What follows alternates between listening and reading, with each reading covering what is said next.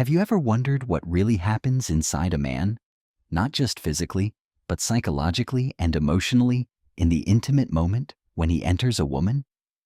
Behind the confident gestures, the practiced movements, and the silence, there's a storm. Most men never talk about it. Not with their friends, not with their partners. Sometimes, not even with themselves. But the legendary Swiss psychologist Carl Jung uncovered something remarkable. Intimacy is not just a physical act, it's a mirror. A moment where the persona meets the shadow, where his carefully constructed mask collides with raw, unfiltered emotion. This collision often happens silently. Outwardly, he may seem in control, powerful, dominant, calm. But inwardly, a far more complex experience is unfolding. When he goes inside you, 5 psychological layers are silently triggered within him. 5 invisible forces that reveal who he really is when the mask slips. The first layer is power and vulnerability, a paradox most men will never confess. This isn't just about dominance or desire. It's about being seen, truly seen. Because in that instant, he's no longer just a man performing a role. He's a soul exposed. Intimacy awakens something ancient in him, a deep pull between his desire to possess and his fear of being possessed. Jung would say, it's the battle between ego and shadow, between strength and fragility. This is why many men go quiet after sex, not because they feel nothing, but because they feel too much. The silence isn't emptiness. It's the sound of his inner world trying to process something he doesn't have language for.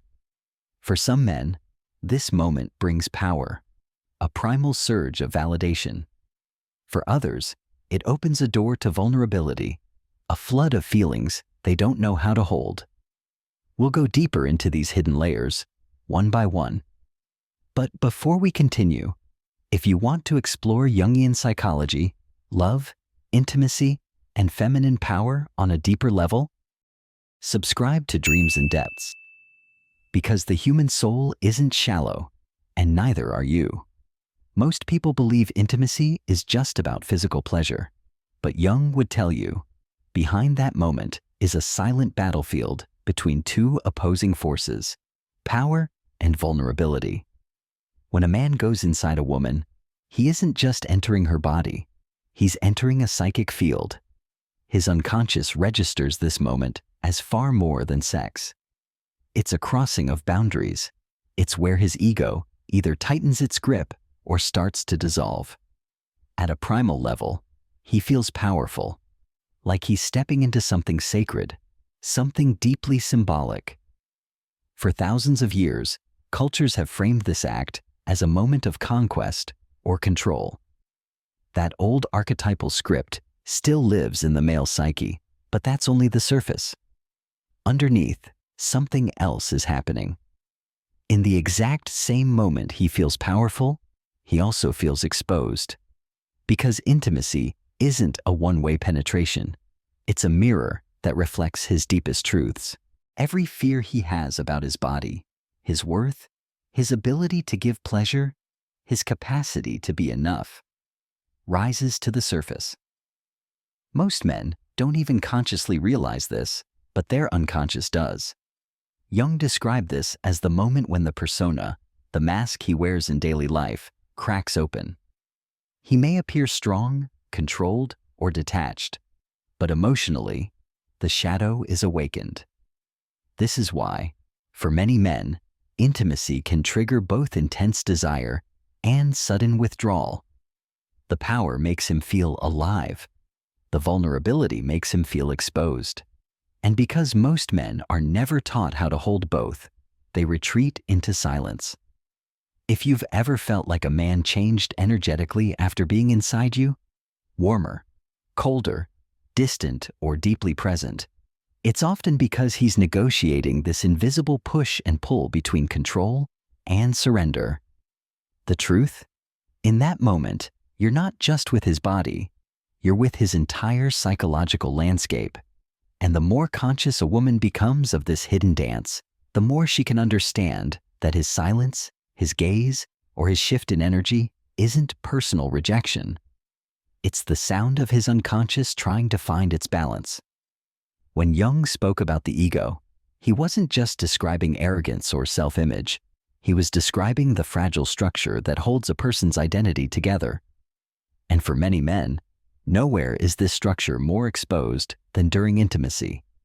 You see, outside the bedroom, a man often relies on his achievements, his status, or his ability to control situations to maintain a sense of worth. But in that vulnerable moment of being inside someone, all those external masks fall away. His ego is no longer buffered by career, money, or image. What's left is the naked question every man carries, often without ever saying it aloud. Am I enough? This is where your reaction becomes everything. He listens, not just with his ears, but with his entire nervous system, to how you respond. When that mirror reflects acceptance, his entire energy softens, his guard lowers, his breath deepens. It's not just sex anymore. It's a soul-level exchange. In Jungian terms, intimacy becomes an alchemical vessel, where two egos melt and something larger, something archetypal, emerges. And that brings us to the next layer, one Jung understood as deeply transformative: dissolving walls, chemistry, bonding, and the anima. Something profound happens in those moments when a man truly lets go, not just physically, but psychologically. Jung would describe it as the dissolution of the persona, the carefully constructed mask he wears in the world. Every man has these invisible walls built from childhood expectations, cultural pressures, heartbreaks, and fears of not being enough. But in true intimacy, especially when he feels safe, those walls begin to crack. This isn't weakness. It's one of the most powerful yet terrifying psychological experiences he can have. This is where the anima enters. In Jungian psychology, the anima represents the inner feminine within every man, the soft, emotional, intuitive, and feeling aspects of his psyche. Most men spend their lives keeping this part hidden or under control. But when he's inside you and the walls of his persona begin to dissolve, that anima begins to surface. He might not have words for it.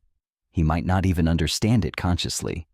But he begins to feel a deep pull, a bond that isn't just physical, it's archetypal. A sensation of, I've touched something ancient in me through you. That's why, for some men, sex can feel overwhelming or even frightening. Because it's not just a body meeting another body, it's his inner feminine awakening. And that awakening stirs everything he's spent years controlling. For women, this can explain why some men act distant or confused after deep intimacy. They're not necessarily rejecting you. They're struggling to make sense of the emotions that have just been awakened within them. Emotions they've spent a lifetime keeping locked away. And for others, it creates a bonding response so intense that they want to stay close, protect, or even attach too quickly. It's not neediness. It's the unconscious recognizing something sacred. Jung often said the anima is projected outward, meaning when a man meets a woman who touches this part of him, he doesn't just see you, he sees the mirror of his soul. And that is both intoxicating and destabilizing. But here's the key. This projection isn't love. It's the beginning of a psychological process. True love emerges when he learns to integrate what he sees in you back into himself. This is why some men cling to the woman who awakens their anima, while others run. They're either ready or not ready to face themselves. In this layer, intimacy isn't just connection, it's initiation. It's the moment when two psyches meet in the archetypal field, a space beyond words, beyond performance, beyond control. And that's what leads us into the next, even more primal force Jung observed in men during intimacy: fear versus love. The tug of war. He can't escape. When the walls dissolve and the anima awakens, a storm begins inside him. This storm is made of two primal forces, fear and love. Jung would say that these two energies aren't opposites, they're the tension that fuels transformation. On one hand, he may feel a magnetic pull toward closeness, a sense of home, belonging, and raw soul connection. In those moments, the masculine within him wants to anchor into the feminine, to surrender without losing himself. But at the same time, fear rises. Fear of losing control, fear of being seen too deeply, fear of what happens when his carefully protected emotional armor is stripped away. This is why some men go quiet, detach, or appear distant after the most intimate moments. It's not indifference, it's a psychic defense mechanism. Jungian psychology reveals something powerful here. A man doesn't fear the woman, he fears what she awakens in him, because what she awakens is the truth, his tenderness, his emotional hunger, his hidden vulnerabilities. This tug of war can make intimacy both exhilarating and terrifying for him. He might crave the depth, but also pull away from it. And when he chooses to stay present through the storm, something sacred happens. Intimacy shifts from a physical act into a psychological rite of passage. And that brings us to the final layer, identity and presence. In the quiet moments after intimacy, when bodies are still and words fade, something profound lingers. Jung believed these moments of aftercare are where the ego and the self meet.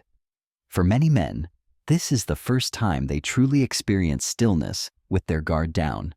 No persona, no performance, just presence. How a woman responds in these moments shapes his inner narrative. If he feels accepted, not for his mask, but for his naked, raw self, he begins to build trust. That trust can reshape his entire understanding of connection, safety, and love.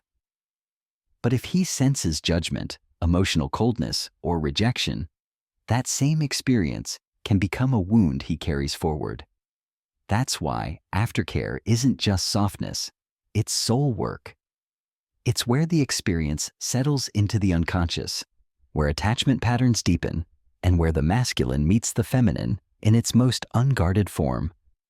Intimacy, then, isn't just about pleasure. It's about identity. Every time a man enters a woman, he doesn't just cross a physical threshold. He crosses a psychological portal. And what he finds on the other side has the power to shape him for years. This is what Carl Jung was pointing to. Intimacy is an initiation, a mirror where the shadow, the anima, and the self collide. If you've found this perspective illuminating, don't forget to subscribe for more Jungian insights into love, intimacy, and the hidden psychology of human connection. Because to understand men at a soul level, you must look beneath the surface, into the unconscious world that Jung spent his life exploring.